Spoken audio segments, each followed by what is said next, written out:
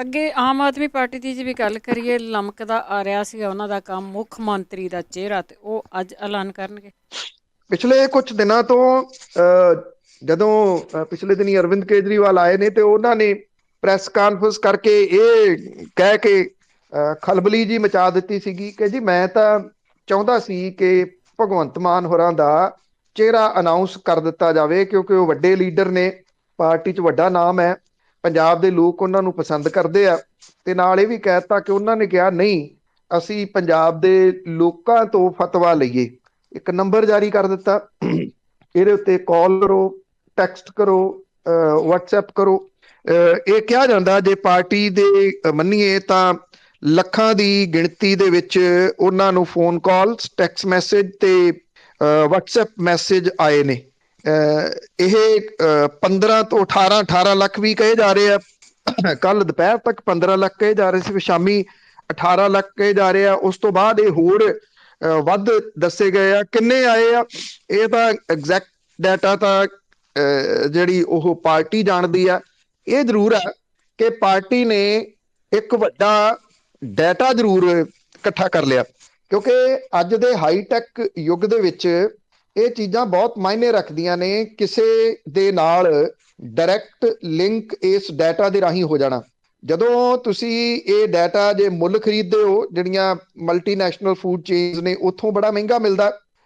ਔਰ ਜਿਹੜਾ ਮੈਸੇਜ ਤੁਸੀਂ ਕਰਨਾ, ਇਹ ਨਹੀਂ ਪਤਾ ਕਿ ਉਹ ਜਿਹੜਾ ਡਾਟਾ ਤੁਸੀਂ ਖਰੀਦਣਾ ਉਹ ਫੋਨ ਬਾਅਦ ਦੇ ਵਿੱਚ ਕੰਮ ਕਰ ਰਿਹਾ ਜਾਂ ਨਹੀਂ ਕਰ ਰਿਹਾ। ਇਹ ਡਾਇਰੈਕਟ ਤੁਹਾਡਾ ਜੁੜ ਗਿਆ।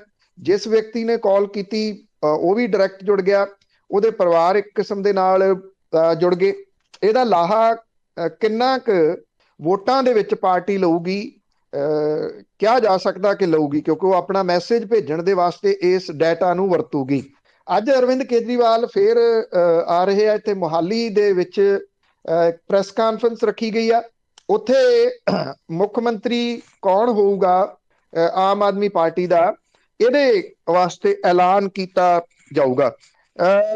ਜਿਹੜੇ ਵਰਕਰ ਨੇ ਉਹ ਇਹ ਕਹਿੰਦੇ ਸੀਗੇ ਕਿ 17 ਦੇ ਵਿੱਚ ਇਹ ਗਲਤੀ ਹੋਈ ਆ। ਪਾਰਟੀ ਵੀ ਇਹ ਮੰਨਦੀ ਆ ਕਿ ਸਾਥੋਂ ਗਲਤੀਆਂ ਹੋਈਆਂ ਨੇ। ਇਹਦੇ ਵਿੱਚ ਉਹ ਸੀਐਮ ਫੇਸ ਦੀ ਗੱਲ ਵੀ ਕਰਦੇ ਆ ਕਿ 17 ਦੇ ਵਿੱਚ ਸੀਐਮ ਫੇਸ ਨਹੀਂ ਐਲਾਨ ਸਕੇ, ਲੋਕਾਂ 'ਚ ਭੰਬਲ ਭੁੱਸਾ ਰਿਹਾ। ਔਰ ਇੱਕ ਗੱਲ ਜਿਹੜੀ ਉਦੋਂ ਵੀ ਚੱਲਦੀ ਰਹੀ ਤੇ ਵਿਰੋਧੀ ਧਿਰਾਂ ਅੱਜ ਵੀ ਕਹਿੰਦੀਆਂ ਨੇ ਕਿ ਅਰਵਿੰਦ ਕੇਜਰੀਵਾਲ ਆਪ ਮੁੱਖ ਮੰਤਰੀ ਬਣਨਾ ਚਾਹੁੰਦੇ ਪੰਜਾਬ ਦੇ।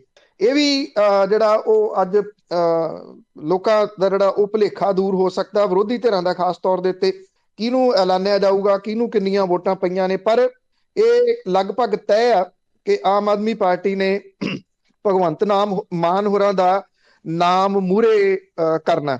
ਔਰ ਉਹ 2014 ਦੇ ਵਿੱਚ ਪਹਿਲੀ ਵਾਰੀ ਸੰਗਰੂਰ ਤੋਂ ਮੈਂਬਰ ਪਾਰਲੀਮੈਂਟ ਬਣੇ ਰਿਕਾਰਡ ਵੋਟਾਂ ਦੇ ਨਾਲ।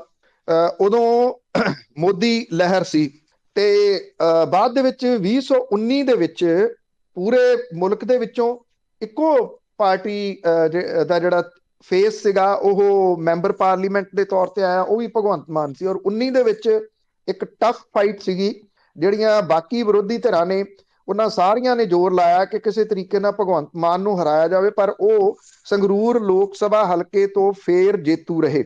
ਪਿਛਲੇ ਕੁਝ ਸਮੇਂ ਤੋਂ ਇਹ ਵੀ ਅਟਕਲਾਂ ਚੱਲੀਆਂ ਕਿ ਭਗਵੰਤ ਮਾਨ ਹੋਰੀ ਨਾਰਾਜ਼ ਹੋ ਗਏ ਆ ਪਾਰਟੀ ਦੇ ਨਾਲ। ਇਹ ਵੀ ਚੱਲਦਾ ਰਿਹਾ ਕਿ ਉਹ ਪਾਰਟੀ ਛੱਡ ਰਹੇ ਆ। ਇਹ ਵੀ ਖਬਰਾਂ ਰਹੀਆਂ ਕਿ ਉਹ ਭਾਰਤੀ ਜਨਤਾ ਪਾਰਟੀ ਜਾ ਰਹੇ ਆ।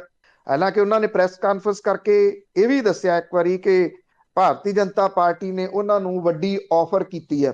ਉਹਨਾਂ ਪਾਰਟੀ ਨਹੀਂ ਛੱਡੀ। ਨਾਰਾਜ਼ਗੀ ਜਿਹੜੀ ਸੀ ਉਹ ਕਿਸੇ ਨਾ ਕਿਸੇ ਰੂਪ 'ਚ ਦਰਜ ਜ਼ਰੂਰ ਹੁੰਦੀ ਰਹੀ, ਪਰ ਬਾਅਦ ਦੇ ਵਿੱਚ ਹੌਲੀ ਹੌਲੀ ਪਿਛਲੇ ਕੁਝ ਹਫ਼ਤਿਆਂ ਤੋਂ ਇੱਕ ਕਿਸਮ ਦੇ ਨਾਲ ਅਰਵਿੰਦ ਕੇਜਰੀਵਾਲ ਹੋਰਾਂ ਨੇ ਲੋਕਾਂ ਨੂੰ ਇਹ ਦੱਸ ਦਿੱਤਾ, ਭਗਵੰਤ ਮਾਨ ਨੂੰ ਨਾਲ ਰੱਖ ਕੇ, ਕਿ ਉਹ ਇੱਕ ਵੱਡੇ ਚਿਹਰੇ ਦੇ ਵਜੋਂ ਉਹਨਾਂ ਨੂੰ ਪ੍ਰੋਜੈਕਟ ਕਰ ਰਹੇ ਆ। ਅੱਜ ਆਫੀਸ਼ੀਅਲੀ ਤੌਰ ਦੇ ਉੱਤੇ ਲਗਭਗ ਇਹ ਤੈਅ ਆ ਕਿ ਭਗਵੰਤ ਮਾਨ ਹੋਰਾਂ ਦਾ ਨਾਮ ਪਾਰਟੀ ਨੇ ਮੂਹਰੇ ਕਰਨਾ। ਜੇ ਪਾਰਟੀ ਸੱਤਾ ਦੇ ਵਿੱਚ ਆਉਂਦੀ ਆ 2022 ਦੇ ਵਿੱਚ, ਤਾਂ ਮੁੱਖ ਮੰਤਰੀ ਦਾ ਚਿਹਰਾ ਉਹ ਹੋਣਗੇ। ਕਿਉਂਕਿ ਮਾਲਵੇ ਦੇ ਵਿੱਚ ਪਾਰਟੀ ਦਾ ਵੱਡਾ ਇਸ ਵੇਲੇ ਆਧਾਰ ਹੈ ਇੱਕ। ਇਸ ਵਾਰੀ ਮਾਝੇ ਤੇ ਦੁਆਬੇ ਦੇ ਵਿੱਚੋਂ ਵੀ ਪਾਰਟੀ ਨੂੰ ਆਸ ਹੈ ਕਿ ਕੁਝ ਹਿੱਲ ਜੁਲ ਉੱਥੇ ਉਹ ਕਰ ਸਕਣਗੇ।